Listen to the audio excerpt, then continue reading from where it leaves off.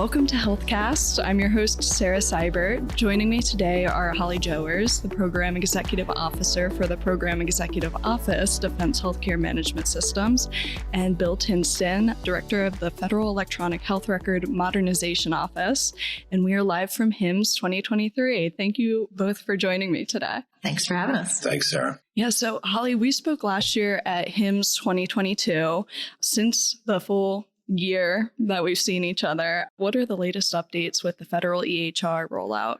Well, I'm really excited. DOD, we just completed another wave at the National Capital Region, so waves Walter Reed and Fort Belvoir, and that marked, I think our 17th wave of deployment. Wow. And we are 81% complete with the deployment activity, and looking forward to Wright-Patterson Air Force Base wave coming up in June, and then Oceanic. So we're going to Europe and the Pacific in the fall.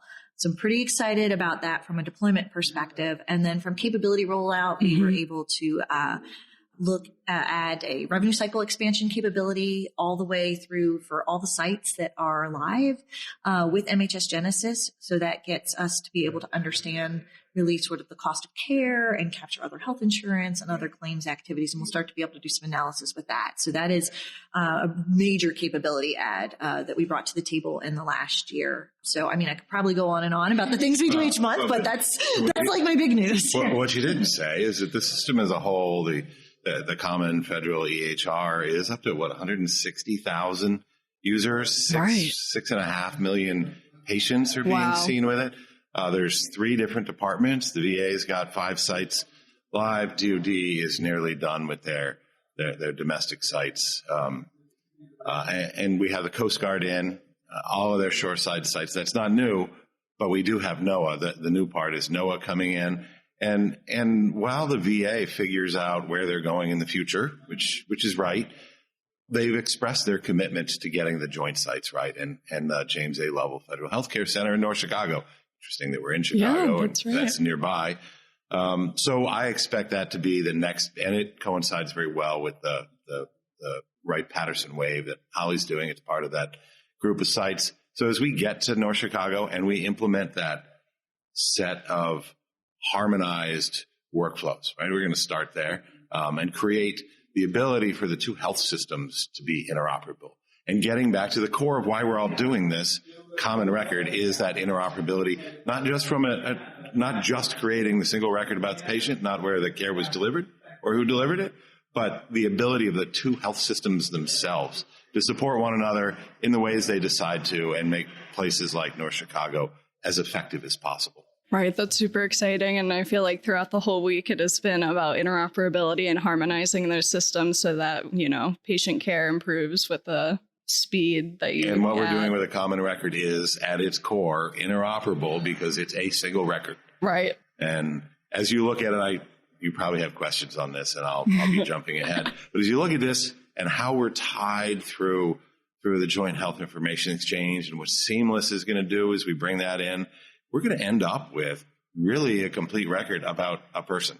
Right. Bringing all the elements of their health history together so that good decisions can be made by physicians and clinicians regarding their care going forward. Yeah, that's amazing. And you are reading my mind. We'll jump into the Joint Health Information Exchange in a little bit. But last year you spoke about change management and taking the boots on the ground approach. Is that still a top priority for you all? Absolutely. And I think one of the biggest things I want to stress is that change management doesn't stop with deployment. And so really just starts. Yeah. And we've been able to leverage great leadership on the ground. I think last time I think the words maybe I used were secret sauce, right? Yes. The leadership on the ground. I mean, everybody asks how are you able to do this?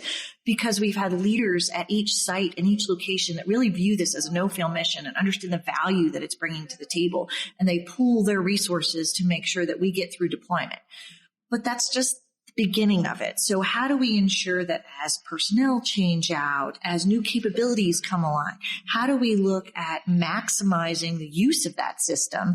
And so much of that is change management, right? It's not just training. It's understanding the why are you doing it? Are we maximizing our workflows to the greatest extent possible? So what we can do now that we couldn't do before was really look at data in terms of how are people using the system. So we can talk about data and all the great things we can do for decision-making space, but just if we turn it on an inward, turn the lens inward and look at how are our providers using the system, we can start to see, are they taking advantage of the time-saving activities that come along with, things like favorites or there's a bunch of tools and techniques that help them be able to see more patients and spend less time documenting and more time actually having the conversation with the patient. So, one metric we're looking at is after hours charting, and we jokingly call it pajama time, right? So we're looking at that and saying, okay, we're at about 3.5% on average. And so you can look at an average and say, okay, is there a particular department? Is there a particular specialty or a location where maybe we can dig into that and say, what can we do to help people figure out how to operate more efficiently? Because we find that people, the more efficient they are with the EHR, the more satisfaction you get, the more time you spend with patients. And so that's just one small example of how we can use the data to look at the how we're operating as a health system. And then the next steps really, I think I get most excited about, how we're starting to take that data to actually, I'll say change behaviors, right? So looking at population health, looking at cohorts of people, but it really starts with the workflow and it starts with getting people to adopt that workflow. And, it's hard. We all get kind of stuck in this is how I've done it. Or, if something doesn't go how you have in your head, maybe finding workarounds. So a lot of our effort right now is focused on how can we help people improve adoption? And then as we bring on new capabilities, what's the right way to reach them? Because it isn't necessarily always a classroom, right? What's the best way? Is it rounds? Is it safety briefs? What's the right way to reach that format? So that's the stuff we're working on. But with the delivery of the system, you're changing all of those conversations to favorite term in the field, right? They become evidence-based conversations because you know how your health system was performing before. You know what your workflows were accomplishing for you. You know where the stress points were in the process. And when you make changes, instead of he said, she said, I like it this way. No, I like it this way. You get, well, this way we save time and we get better patient outcomes. And we have that evidence because we're able to collect it. So did all the workflows get implemented perfectly on the DOD side? Probably not. I mean, I would assume not. But they now have the evidence to make different decisions as they go forward and support those, right? And you started this with change management, and this is a downstream piece of it. The upstream is that change leadership, and what does that look like? And that's how this all has to start. Is as an organization. And this isn't just true in an EHR, it's true in any enterprise implementation. You have to look beyond the IT. It's not an IT implementation. It's a change in the way you do business. It's a change in the evidence and the awareness you have of what your business is, whether it's healthcare or something else. And collecting all of that, aligning your business to work in that way, understanding the ramifications across the enterprise at the top, and then cascading that all the way down so you get that local site hospital leadership that is part of pushing this and making it successful and who's excited about the prospects of the future because they have that evidence to make the right decisions as they go forward. So this is the key, getting it right from the top, that change leadership. And I sometimes will use change leadership instead of change management. Change management is a lot of activities that you do to bring people along and make them aware. That leadership, that understanding fundamentally as an organization of the journey that you're embarking on is key to succeeding in getting somewhere, getting where you want to get in that journey. And I would say having the fortitude to keep forward motion, right? So, because we're a learning organization, there's going to be hiccups along the way, but it's what do we identify? And I'm going to steal your phrase about, lessons observed. How do we make it applied? Like, how do we turn it into something? We observe lots of things. How do we turn it into something that we're actually saying, okay, this is how we're going to change how we're doing business. Right. And I talked about the NCR, the National Capital Region, just going live, but I have to give kudos when I really say the leadership is the secret sauce. The leadership on the ground there made it our smoothest deployment to date. And identifying things that maybe they had been able to invest in or look at there, then we can scale to the enterprise, right? So that's really what it comes down to. So great leadership. I was really worried about National Capital because my parents get their healthcare at Belvoir and Walter Reed, so I figured I'd get kicked back into the world. Yes. And I haven't heard any complaints yet. Yes. Awesome. Well, that's a good sign. Well, Bill, you mentioned NOAA joining the EHR and VA making some new strides.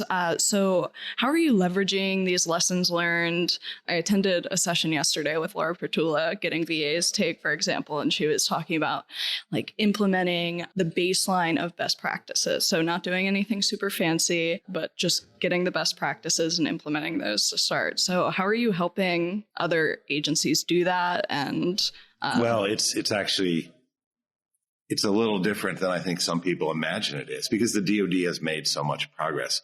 I often get asked, how can you assure us that the lessons the DOD has learned are being shared with the VA or being shared with NOAA or being shared with the Coast Guard or whomever?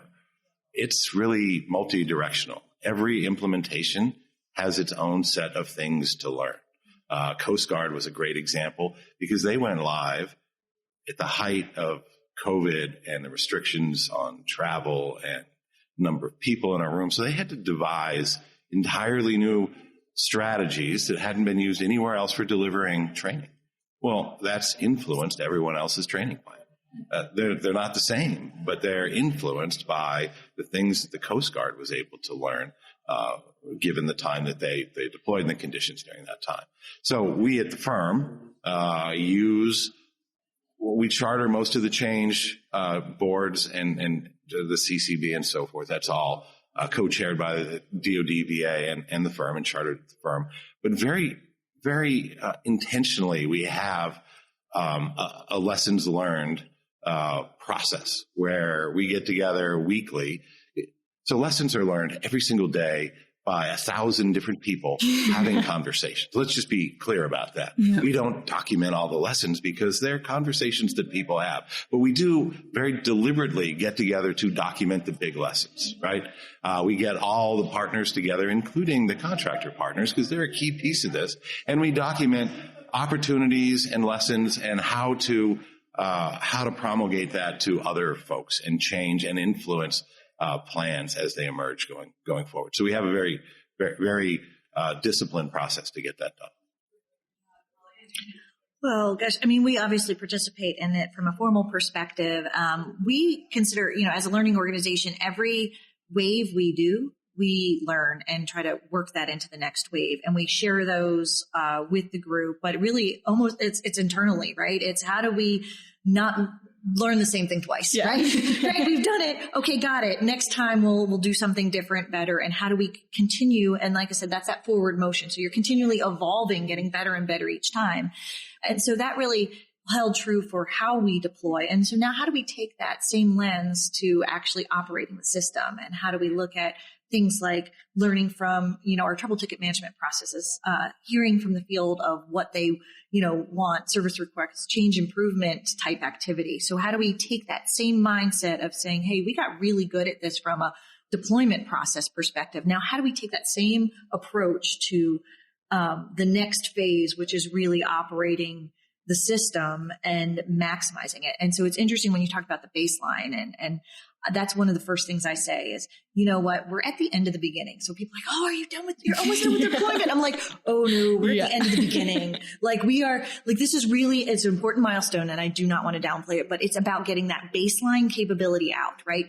Getting those best practices, getting enterprise standards. And then when you've got everybody operating on those standards, it's so much easier to innovate because you're raising the floor for everyone. You're like, wow, there's this great idea over here. Now, how do we scale that to everybody? And you're improving it across the board and maximizing the value you're getting, as opposed to there's a lot of great ideas and a lot of great things happening, but they were pockets of excellence. And so now we can do that. And I think that's really what I'm excited for the next phase. And I'll kind of jump ahead in my brain. I imagine you're going to ask, hey, so what's next, right? Yeah. So my brain is the next thing, looking at user experience, right? So getting one of the first things is baseline. Okay, we get the baseline out. We have that capability out there. Now we can look at how do we optimize workflows? What's the biggest bang for the buck? Can we make them more user friendly? Can we make them more intuitive?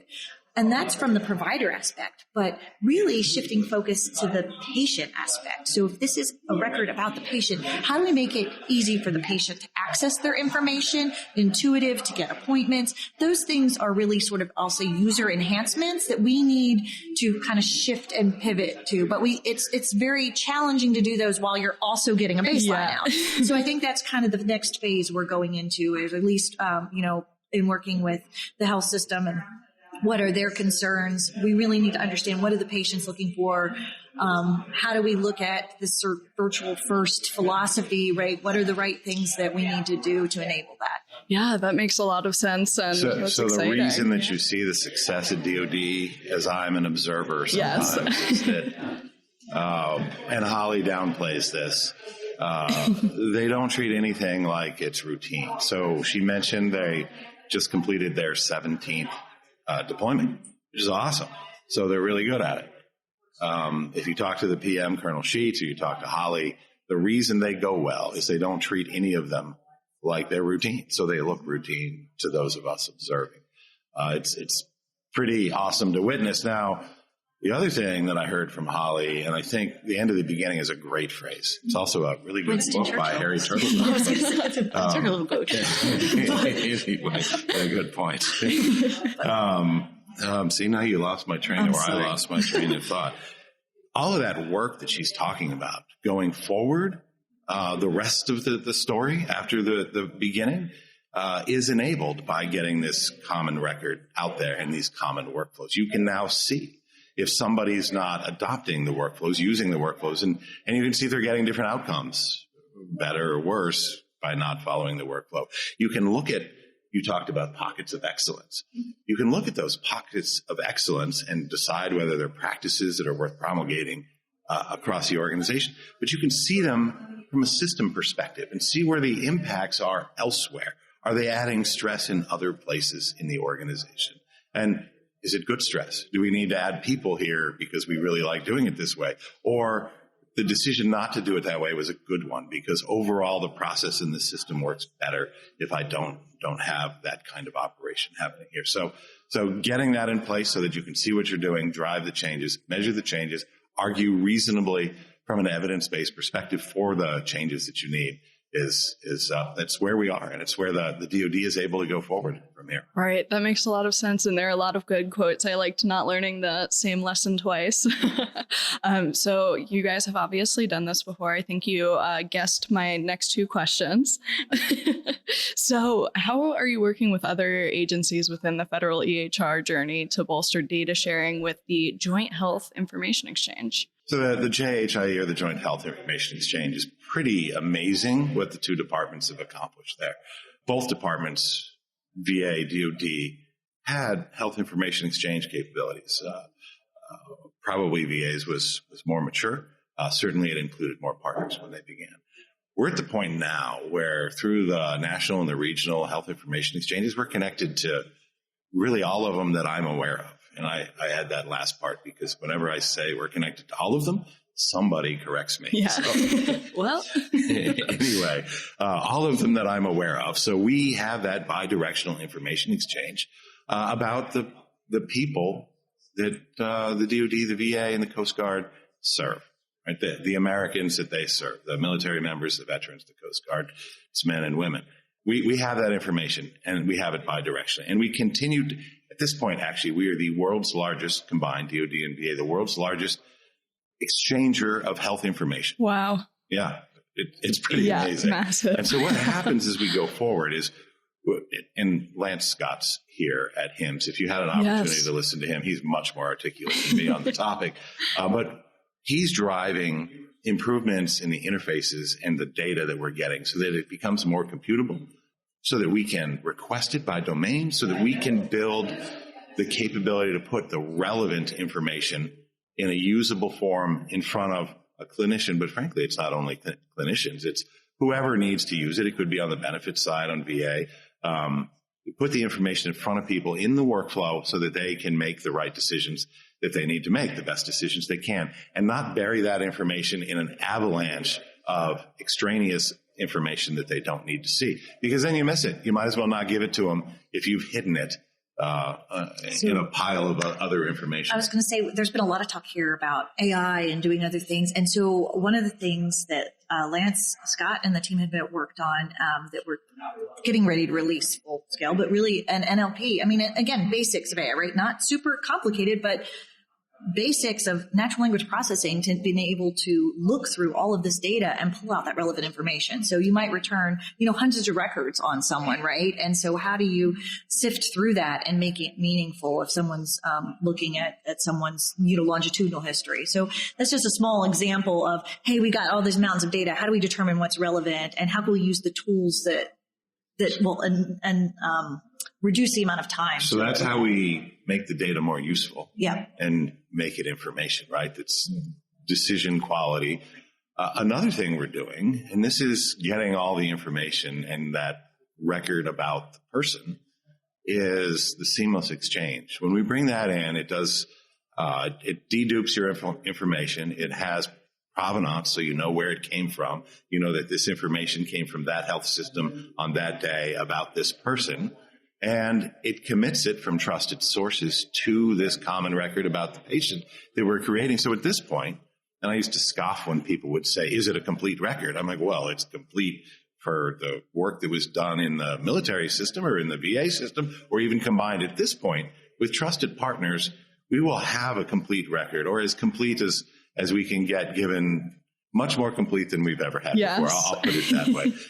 And I think that's very exciting, because when you talk and you hear Holly, and it's been talked about at this conference, when you hear people talk about AI and the new tools, and you got to start from having the data, because if you're not starting from a complete set of data about a person and their health experience, then you're probably not going to make the right decisions, whatever tools that you're using. Speaking of that, so I'm going to jump to, when talking about things I'm excited about, this is a little different from health information exchange, but when you talk about having a complete record about the person, one of the things that we have been unable to really capture in the past is a military member's deployed health record, right? So we've been able to get pieces and portions of it. Right. A lot of it was paper. And so I'm not saying it wasn't carried, but not in electrons, right? Not computable data that it was hard to use information. It existed, but it was hard to use. Right? But, right. Someone's carrying it back with them. Right. And so we are embarking to release a suite of tools of applications that will actually capture, looking at everything from use cases at point of injury, where you have a really light footprint ability to capture information, all the way to en route care to a complicated sort of field hospital environment, and how does that carry back? And so, we need to look at austere environment, low comm, no comm, and which presents obviously IT challenges, but we have a data backbone that we're putting in place to be able to capture that, so you can store and forward, you can capture that information and then transmit it when you have access, and actually point-to-point capability as someone's doing a handoff in theater. So imagine someone is injured and they're coming back to a forward operating base, and, the next level of care needs to take over. Well, they'll be able to actually transmit that electronically without necessarily having to use web capability, right? So that's exciting, because for a couple of reasons. Obviously, the healthcare that's actually happening in that space, right? And to be able to know what it is. Better informed, capturing the data they need for future use. Right. And getting that ahead to the next level of care. So when they receive a patient through patient transfer, they're able to look at it and go, oh, wow, I know this happened. But then even better, we're able to get that into the longitudinal health record for long-term care, especially for our service members that might have traumatic brain injury or other things that can get into the registry. We could start to inform all kinds of healthcare decisions. If we're going to talk about registries, you can't leave out what I think is one of the most exciting things we can do there, which is exposure information, right? That's where many of the exposures that are important into military members in a veteran's history happen, is in a deployed environment. And it's not all there. And the tools that Holly's team is building are amazing. And they will bring that. I think they will have the ability to bring that forward. And it's important, because a lot of the information about the deployments are information that you don't share. So how do you get the exposure information, bring it forward into the regular record, presented in the workflows? And I think we're driving towards that. And I think that's going to position both departments to deal with exposure and then the benefits associated with exposure. The other example is, from the seamless transition of someone from active duty to veteran status, and now you've got a complete picture of their health record to help with And the other thing worth noting, this federal partnership between VA and DOD has benefits that I think people didn't even anticipate. So what Holly just described was a deployed medicine solution. Well, what did she really describe? She used the words. It's a set of capabilities to present data to providers, to whoever is providing healthcare, capture information during the encounter, save that information back into the record in an environment with different technical characteristics. Well, what if those different technical characteristics were in rural America someplace?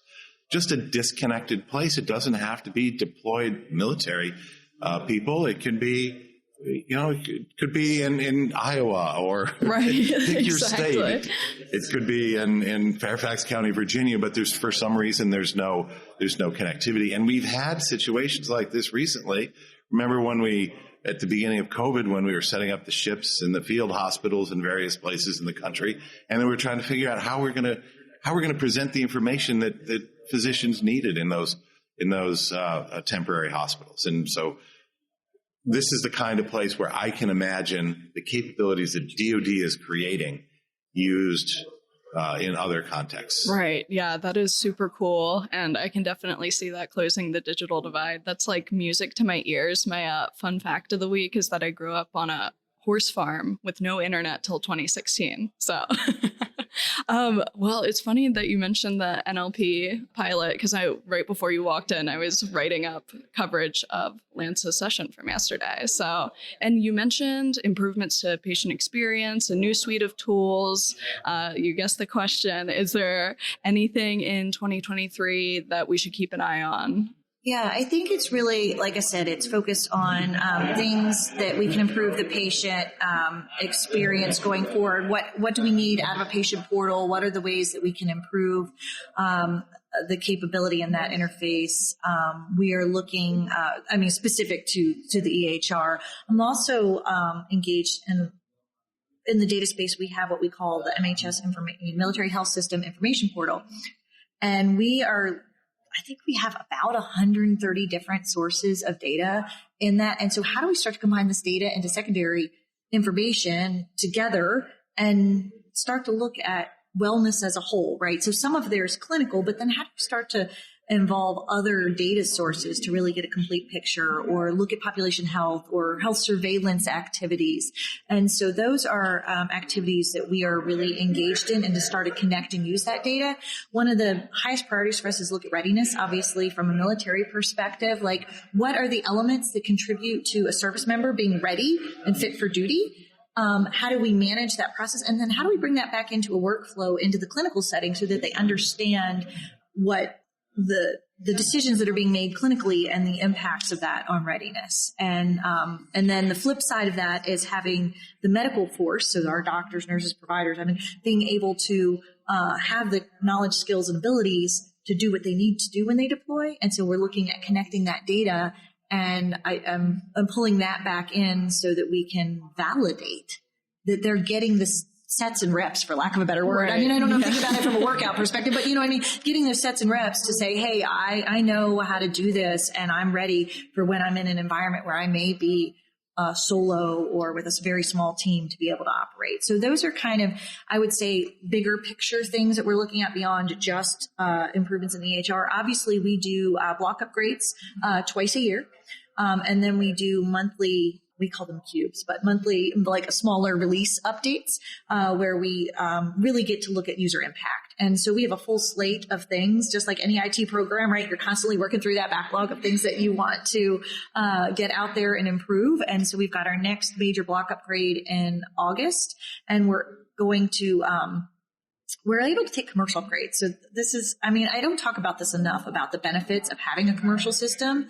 I think there's a lot of talk about, is it right? Is it the right fit? And one of the huge advantages we have is being able to keep up with the state of the market. So as the commercial system response to demand, right? It's evergreen. We're always getting that. And then it's really symbiotic because there are things that we have discovered and invested in that are relevant to the commercial market. And I think I've talked about this probably before on talks. It's the mass readiness platform. When we're looking at mass vaccinations and how we in-process large groups of people, there is an application of that, especially when it comes to disaster preparedness or like large vaccination efforts like COVID, right? It was, and so we were able to look at what are we doing and how is that going to benefit the commercial market. One thing that we have in the works right now is enterprise telecritical care.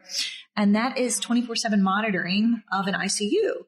Well, it isn't unique. I mean, there's other hospital systems that are doing that, but as we're integrating it with the EHR, so looking at the waveforms that are happening. So when someone's monitoring, and how are we capturing that data real time? So someone's not having to fat finger certain,